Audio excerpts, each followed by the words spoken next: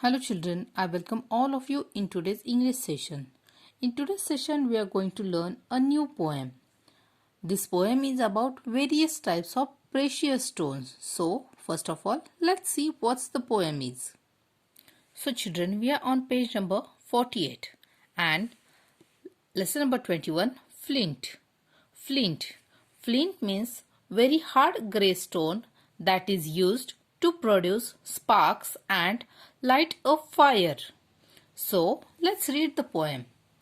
An emerald is as green as grass, a ruby red as blood, a sapphire shines as blue as heaven, a flint lies in the mud. Now children, you can see this type of precious stones, and here they have given the color of each stone, like emerald is green and ruby is red, sapphire is blue, but a flint lies in the mud and it's hard grey stone that is used to produce sparks and light a fire. Then a diamond is a brilliant stone to catch the world's desire. An opal holds a fiery spark, but a flint holds fire. Here's a diamond. All of you know diamond. And this is opal. Now children, this poem is written by Christina Rossetti. We have read the poem named Flint. This poem compares and contrasts precious stones to a flint. Through this poem, we learn that despite its dull look, a flint stone can produce fire and is useful. These all stones are very precious and very difficult to get them. But the flint stone, we can find it in our mud or sand. Now children, there's one more poem on page number 49. Lesson number 22, The Champa Flowers. The champa flowers.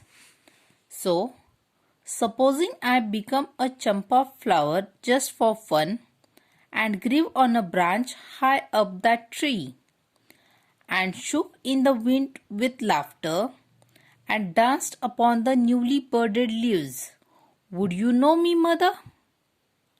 Supposing I became a champa flower just for fun and grew on a branch high up that tree and shook in the wind with laughter and danced upon the newly budded leaves, would you know me, mother?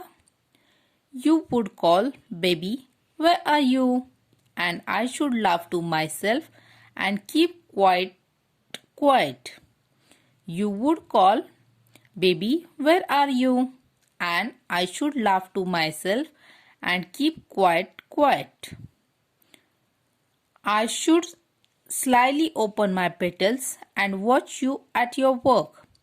I should slyly open my petals and watch you at your work.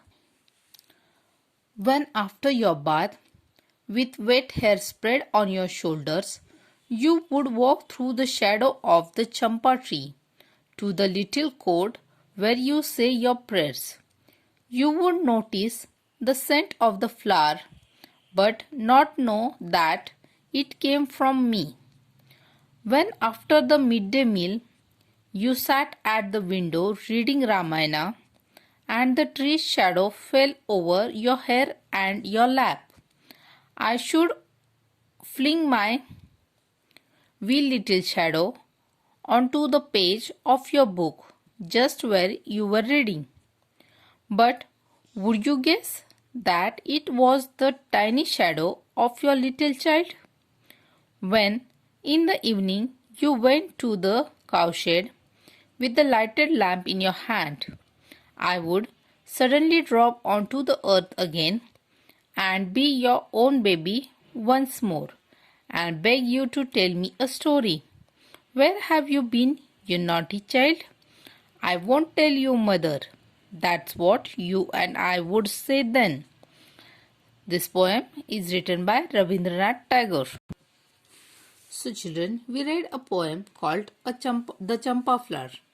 Here, a young child is trying to pretend to be a new character while the child's mother is busy with her daily routine.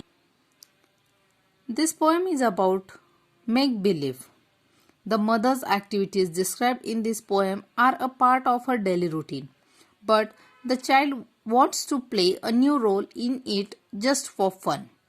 We can see what are the things that child want to do in the whole day. Now, children, you have to read both the poems three times and then you have to complete your workbook in neat and clean handwriting. Thank you. Bye.